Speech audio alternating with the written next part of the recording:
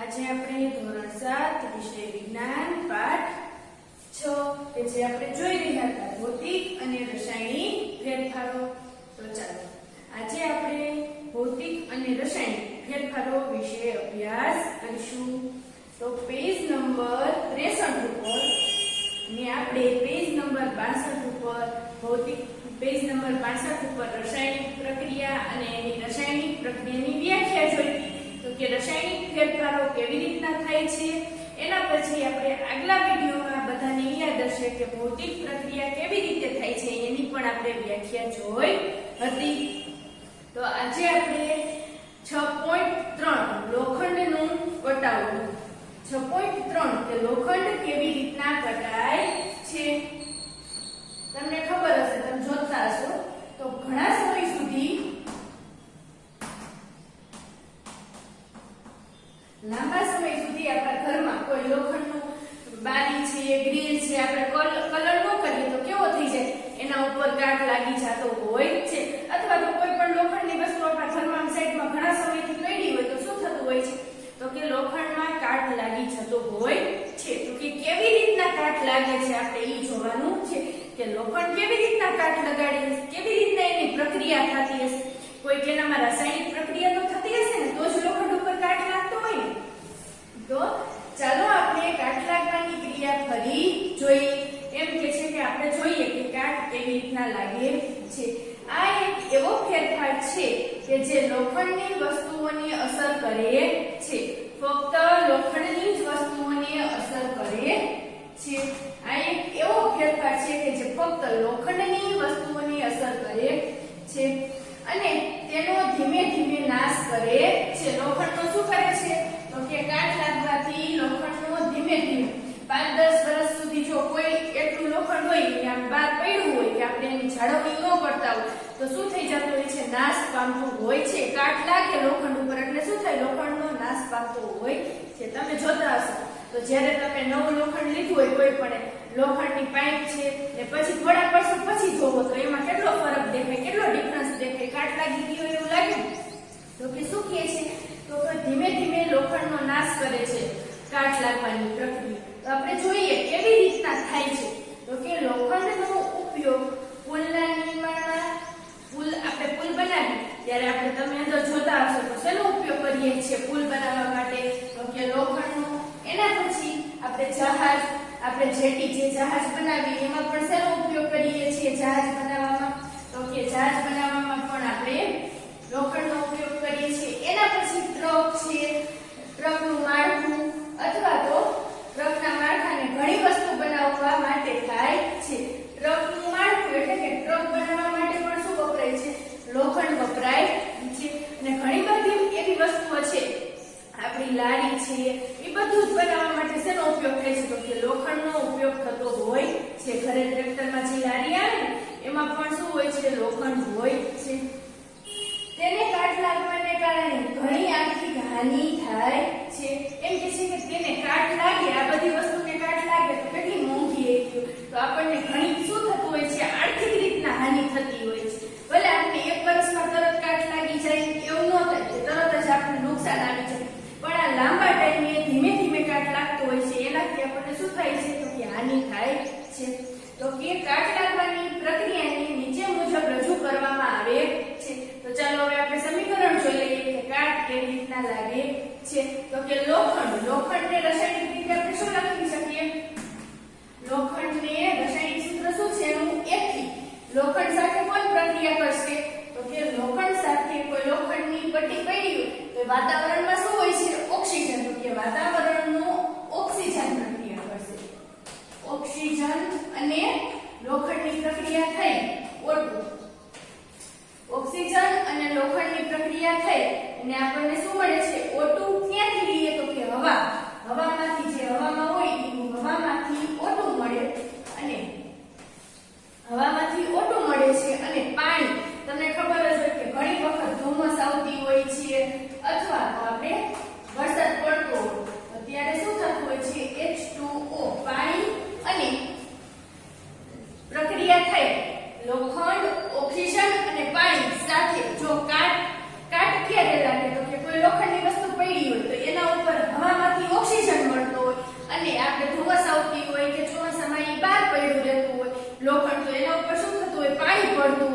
ત્યારે આ ત્રણેય વસ્તુની પ્રક્રિયા થઈ અને શું બને છે તો કે લોખંડનો કાટ.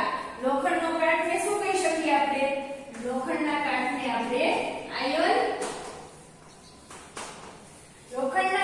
આપણે આયન ઓક્સાઇડ Fe2O3 કહી શકીએ.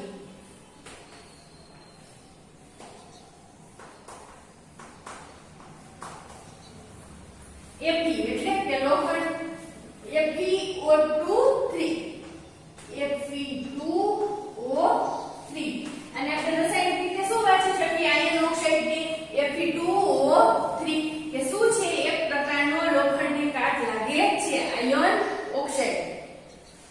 કાટ લાગવા માટે ઓક્સિજન અને પાણી બંનેની હાજરી અનિવાર્ય છે. જો કાટ લાગે તો એના માટે ઓક્સિજન અને પાણી બંનેની હાજરી અનિવાર્ય છે તો જ કાટ લાગે. વાસ્તવમાં જો હવામાં ભેજનું પ્રમાણ વધારે હોય તો તેનો અર્થ થાય કે વધુ ભેજમાં કાટ ઝડપથી લાગે છે. તમે જોતા હશો તો વાસ્તવમાં જ્યારે શિયાળો આવે ત્યારે ભેજનું પ્રમાણ, ચોમાસામાં ભેજનું પ્રમાણ કેવું હોય? વધારે રહેતું. અને દરિયા કિનારાની જે નજીક હોય, દરિયા કિનારાના નજીકના વિસ્તારો અથવા તો જહાજ છે તો એને તો 365 દિવસ કે 10 વર્ષ માટે ક્યાં દરિયામાં જ હોય છે જહાજની બધું, તો એના ઉપર ઝડપથી સૌથી વધારે કાટ લાગતો હોય છે. એમ કે છે કે ભેજવાળું વાતાવરણ હોય ત્યારે શું થાય છે તો કે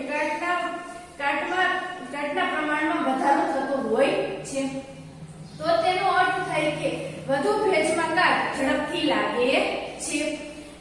તો આપણે કાટ લાગવાની પ્રક્રિયાને કેવી રીતે રોકી શકીએ? હવે આપણે એ જોવાનું છે કે કાટ લાગતો આપણે રોકવો હોય તો આપણે એને કેવી રીતના રોકી શકીએ? તો કે લોખંડની વસ્તુઓને ઓક્સિજન તથા પાણી કે બંનેથી બચાવવી જોઈએ. હવે લોખંડની વસ્તુ હોય એને હવામાંથી પણ બચાવવી જોઈએ અને એના ઉપર પાણી પણ પડવા દેવું જોઈએ નહીં. એટલે એને સુરક્ષિત જગ્યાએ રાખવી જોઈએ. લોખંડની કોઈ પણ વસ્તુ હોય એને લોખંડની વસ્તુઓને ઓક્સિજન તથા પાણી કે બંનેથી બચાવવી જોઈએ. એક સરળ ઉપાય તેના પર રંગ કે ગ્રીસનું સ્તર ચડાવવાનો છે. આપણે શું કરતા હોય, આપણા ઘરે બારી બારણા હોય તો આપણે એને કલર કરતા હોય છે. કારણ કે કેમ કરતા હોય તો કે એને કાટ લાગે નહીં. એટલા માટે એના ઉપર રંગ અથવા તો ગ્રીસ, રંગનું સ્તર અથવા તો ગ્રીસનું સ્તર કરવામાં આવે છે. લોખંડ ઉપર શેનું રંગ અથવા તો ગ્રીસનું સ્તર કરવામાં આવે છે. વાસ્તવમાં આવું સ્તર તેના પર નિયમિત રીતે લગાડતા રહેવું જોઈએ. વાસ્તવમાં આવું સ્તર આપણે વર્ષે એકવાર આપણે બારી બારણાને લોખંડનાને શું કરવું તો કે રંગ કરવો જોઈએ અથવા તો ગ્રીસનું સ્તર લગાવતું રહેવું જોઈએ. વારંવાર કરતું રહેવું જોઈએ. એટલે શું થાય કે જે આપણે લોખંડ છે એ કટાઈ જાય નહીં, જેથી તેમાં કાટ લાગે નહીં. બીજો ઉપાય એ છે કે લોખંડ પર ક્રોમિયમ કે ઝીંકનો ઢોળ ચડાવવો જોઈએ. જો આપણે બધી વસ્તુ છે, ટ્રક છે અથવા તો જહાજ છે તો એના ઉપર શું થતું હોય તો કે એવી બધી વસ્તુ ઉપર ક્રોમિયમ અથવા તો આ ખાસ યાદ રાખજો, ક્રોમિયમ અથવા તો ઝીંકનો ઢોળ ચડાવવો જોઈએ. કોનો? ક્રોમિયમ અથવા તો ઝીંકનો ઢોળ ચડાવવો જોઈએ. લોખંડ પર જસતનો ઢોળ ચડાવવાની ક્રિયાને ગેલ્વેનાઇઝેશન કહે છે. આ પણ એક વ્યાખ્યા યાદ રાખી લેજો. અને આ આપણે એક લોખંડ પર જસતનો ઢોળ ચડાવવાની પ્રક્રિયાને, જસત ધાતુ છે એનો જો લોખંડ ઉપર ઢોળ ચડાવે તો એ પ્રક્રિયાને આપણે શું કહી શકીએ કે છે ગેલ્વેનાઇઝેશન. શું કહેવાય તો કે ગેલ્વેનાઇઝેશન.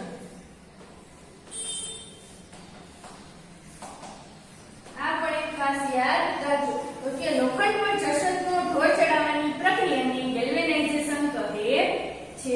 ચાલો એના પછી પેજ નંબર 64 ઉપર ઘરમાં વપરાતી પાણીનું વહન કરતી લોખંડની પાઇપને કાટ લાગવાથી બચાવવા માટે ગેલ્વેનાઇઝેશન કરેલી હોય છે. આપણા ઘરમાં આપણને ખબર હશે કે આપણા ઘરનું બાંધકામ કરીએ ત્યારે પહેલા વાપરતા, હવે તો આપણે લોખંડની પાઇપ વાપરતા નથી. તો લોખંડની પાઇપમાં શું થઈ છે તો કે કાટ લાગી જતો હોય છે. તો પછી પાણી બંધ કરી દઈએ. કાટ શું કરે તો કે સેવા જામી જતું હોય તો પાણી બંધ થઈ જાય આપણા ઘરમાં. એટલા માટે જે લોખંડની પાઇપ આવે છે એમાં જસતનો ઢોળ ચડાવી અને ગેલ્વેનાઇઝેશન કરેલું હોય છે. તમે જાણો છો કે જહાજ લોખંડનું બનેલું હોય છે. આપણે જાણીએ છીએ કે જહાજ તેનો મોટે ભાગે પાણીમાં ડૂબેલું રહે છે અને તે મોટે ભાગે શેમાં મેં હમણાં જ તમને કીધું કે જહાજની મોટે ભાગે પાણીમાં ડૂબેલા જ રહેતા હોય છે 5-10 વર્ષે શું કરી તો કે આપણે જહાજને પાણીમાંથી બહાર કાઢતા હોય એને પછી નો ઈ ચાલે એમ હોય એટલે આપણે એને બહાર કાઢી લેતા હોય છે પણ ત્યાં સુધી તો એ શેમાં ડૂબેલું રહેતું હોય છે પાણીમાં ડૂબેલું રહેતું હોય છે તો કે જહાજની બહારની સપાટી પર પાણીના ટીપાના સતત સંપર્કમાં રહે છે જે જહાજની બહારની સપાટી છે એ પાણીના સતત સંપર્કમાં રહેતી હોય છે વધુમાં સમુદ્રનું પાણી અનેક પ્રકારના ક્ષાર પણ ધરાવે છે આપણને ખબર જ છે કે જે સમુદ્રનું પાણી છે એ અનેક પ્રકારના ક્ષાર એમાં હોય છે એક તો દરિયાનું પાણી કેવું હોય છે ખારું હોય છે તો કે ક્ષારવાળું પાણી લોખંડની કટાઈ જવાની પ્રક્રિયાને ઝડપી બનાવે છે જો આપણે સાદું પાણી હોય એના કરતા જે ક્ષારવાળું પાણી હોય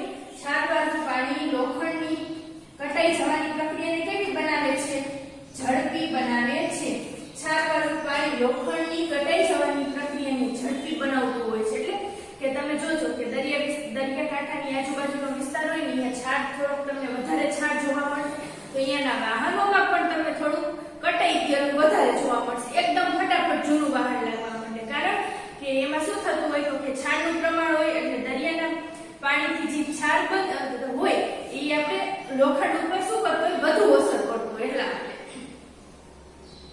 ક્ષારવાળું પાણી લોખંડની કટાઈ જવાની પ્રક્રિયાને ઝડપી બનાવે છે આથી જહાજને રંગ કર્યા પછી પણ તેના ઉપર લાગતો કાટ ઘણું નુકસાન કરે છે આપણે જહાજને રંગી દઈએ તોય પણ એના ઉપર જે કાટ લાગે ને એ કાટ વધારે નુકસાન કરતો હોય છે એટલું જ નહીં જહાજનો લોખંડનો થોડો ભાગ દર વર્ષે બદલાવવો આવશ્યક બની જાય છે એટલું જ નહીં જહાજનો થોડો ભાગ હોય ને એને દર વર્ષે બદલાવવો પડતો હોય છે વિશ્વમાં કાટ લાગવાની પ્રક્રિયાથી થતા આર્થિક નુકસાનની તમે કલ્પના કરી શકો એમ કે છે કે વિશ્વમાં જે આ કાટ લાગે છે એ પ્રક્રિયા કેવી છે તો કે એ પ્રક્રિયાને આર્થિક નુકસાન આપણને થાય છે તો આપણે એનું અનુમાન કરી શકીએ કે વર્ષ દરમિયાન કેટલું નુકસાન આપણને થતું હોય છે આપણે કોઈ પણ વસ્તુ નવી લઈ એને પછી કાટ લાગે એટલે ક્યાંય કામ આવે નહીં આપણે એને શું કરીએ ફેંકી દઈએ તો એ જહાજ બનાવવામાં પણ ન વાપરી શકીએ ટ્રક બનાવવામાં પણ ન વાપરી શકીએ તો આપણે શું કરવું પડે તો કે એ લોખંડને વળી પાછું આપણે રિસાયકલિંગ કરવું પડે ઈ લોખંડ ચાલે નહીં એનાથી આપણને શું થતું હોય છે તો કે નુકસાન થતું હોય છે ચાલો સમજાઈ ગયું લોખંડનું કટાવું કેવી રીતના લોખંડ કટાય છે ને લોખંડ કોની સાથે પ્રક્રિયા કરે છે ત્યારે લોખંડને કાટ લાગે છે સમજાણું બધાને તો કે લોખંડ ઓક્સિજન અને હવામાં રહેલા પાણી સાથે પ્રક્રિયા કરી અને શું થઈ જાય છે લોખંડ કટાઈ જાય છે કે જે શું બને છે આયર્ન ઓક્સાઇડ ચાલો એના પછી હવે આપણે 6.4 સ્ફટિકીકરણ એ જોશું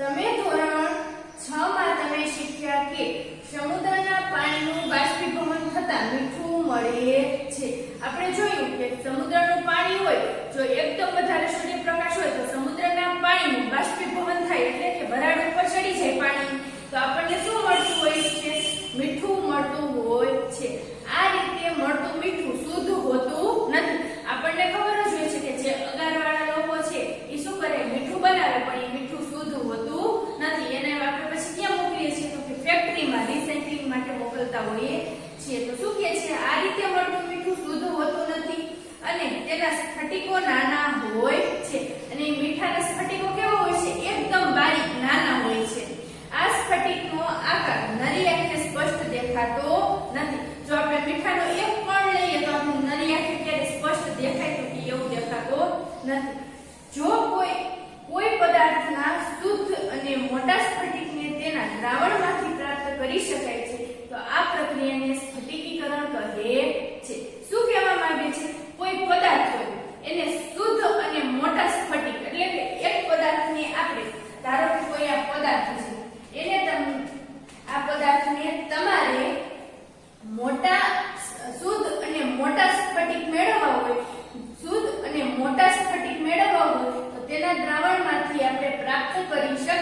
છે આ પ્રક્રિયાને આપણે શું કહીએ છીએ? સ્ફટિકીકરણ કહીએ છીએ.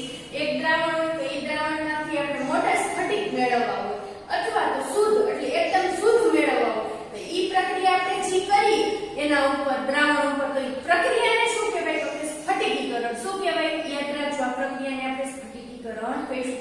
જો કોઈ એક દ્રાવણ હોય એ દ્રાવણમાંથી આપણે શુદ્ધ અને મોટા સ્ફટિક મેળવવા હોય તો એ પ્રક્રિયાને આપણે શું કહેશું?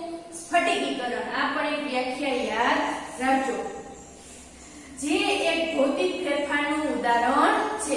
આ કેવો ફેરફાર છે? તો કે જે એક સ્ફટિકીકરણની પ્રક્રિયા ભૌતિક ફેરફારનું ઉદાહરણ છે. તો શિક્ષક પ્રવૃત્તિ 6.9 શિક્ષકની હાજરીમાં જ આ પ્રવૃત્તિ કરવી. મેં તમને કીધું કે આ પ્રવૃત્તિ આપણે સમજી લઈએ. સ્કૂલે આવો ત્યારે પછી આપણે જોઈ લેશું, કારણ કે અત્યારે આપણે ઓનલાઈનમાં તમને પ્રવૃત્તિ કરાવી શકીએ નહીં. બીકરમાં એક કપ પાણી લઈને બીકરમાં શું લેવાનું? સૌપ્રથમ એક કપ પાણી લેવાનું. ચાલો, એમાં મંદ સલ્ફ્યુરિક એસિડના થોડા ટીપા નાખો. કેવું? તો કે મંદ સલ્ફ્યુરિક એસિડ.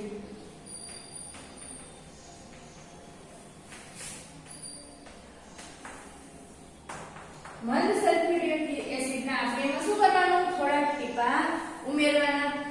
પાણીને ગરમ કરો. પછી શું કરવાનું? પાણી એને ગરમ કરવાનું. જ્યારે તે ઉકળવાની શરૂઆત કરે ત્યારે તેમાં ધીમે ધીમે કોપર સલ્ફેટનો પાવડર નાખતા જાઓ. હવે જે આપણે ગરમ પાણી કર્યું છે, પાણી એકદમ ઉકળવા માંડે ત્યારે આપણે શું કરવાનું? એમાં કોપર સલ્ફેટનો પાવડર નાખવાનો. શેનો? Copper sulphate. ધીમે ધીમે નાખતો જવાનો. જેમ પાણી ઉકળતું જાય એમ આપણે ધીમે ધીમે એમાં પાવડર એડ કરતો જવાનો છે. અને સાથે સાથે સતત હલાવતા રહો. બીકરને શું કરવાનું? સાથે ધીમે ધીમે સતત હલાવતા રહેવાનું છે. જ્યાં સુધી નવો પાવડર ઓગળી ન શકે ત્યાં સુધી તેમાં પાવડર નાખવાનું ચાલુ રાખો. આપણે ત્યાં સુધી પાવડર નાખ્યા રાખવાનું. જો આપણે નાખતા હોય પાવડર ઓગળી જાય, વળી પાછો આપણે નાખી પાવડર ઓગળી જાય, તો જ્યાં સુધી પાવડર ઓગળી ન જાય ત્યાં સુધી શું કરવાનું? તો કે પાવડર નાખવાનું ચાલુ રાખવાનું. તેને પછી શું કહે છે? પાવડર નાખવાનું ચાલુ રાખો અને દ્રાવણને ગાળી લો. પછી દ્રાવણને શું કરવાનું? આપણે ગાળી લેવાનું. તેને ઠંડુ પડવા દો. અને એ દ્રાવણને કેવું પડવા દેવાનું? તો કે ગરમ હતું તો એ દ્રાવણને પહેલા ઠંડુ પડવા દેવાનું. જ્યારે તે ઠંડુ પડતું હોય ત્યારે તેને સહેજ પણ હલાવવા દેવું નહીં. એ દ્રાવણ ઠંડુ પડતું હોય ત્યારે સાઈડમાં મૂકી દેવાનું. આપણે હલાવવાનું છે નહીં, કઈ અડવાનું છે નહીં. થોડા સમય પછી દ્રાવણને જો તમને કોપર સલ્ફેટના સ્ફટિકો પાત્રના તળિયે દેખાય છે. થોડા સમય પછી જો તમે દ્રાવણને જોશો ઠંડુ પડી જાય તો તમને અહીંયા નીચે તેના કોપર સલ્ફેટના સ્ફટિક પાત્રમાં તળિયે નીચે દેખાતા હોય છે. જો ના તો હજુ વધુ સમય રાહ જુઓ. જો ન દેખાય તો હજી થોડી વાર શું કરવાનું? ઠંડુ પડવા દેવાનું. પણ દ્રાવણને હલાવવાનું છે નહીં. તમે ભૌતિક ફેરફાર તથા રાસાયણિક ફેરફાર વિશે શીખ્યા. હવે તમારી આસપાસ થતા ફેરફાર, ભૌતિક ફેરફાર તથા રાસાયણિક ફેરફારને ઓળખવાનો પ્રયત્ન કરો. એમ કે છે કે તમારી આસપાસ ફેરફાર થાય છે એને તમારે ઓળખવાનો પ્રયત્ન કરવાનો છે. તો ચાલો આપણે અહીંયા આપણો છઠ્ઠો પાઠ પૂર્ણ કરીએ છીએ. જો કોઈને ન સમજાણવું હોય તો શું કરવાનું? નીચે લીટી કરી રાખવાની છે. સાતમ પછી હમણાં જ મંથલી આવે છે ત્યારે તમે પેપર લેવા આવો ત્યારે પૂછી લેવાનું છે દીદીને, દીદી આ નથી સમજાણું. બધાય આ પાઠ વ્યવસ્થિત રિવિઝન કરવા માંડવાનું છે ને ચોથો અને પાંચમા પાઠ બંનેનું પણ રિવિઝન કરવાનું છે. આવતી મંથલીમાં આપણે ચોથો અને પાંચમા પાઠનું પણ રિવિઝન સાથે સાથે કરાવતા જશું. આ પાઠ પૂરો થઈ ગયો એટલે શું કરશું? આપણે રિવિઝન પણ થોડું થોડું કરશું ને આપણે આવતા વિડીયોમાં સ્વાધ્યાય જોશું.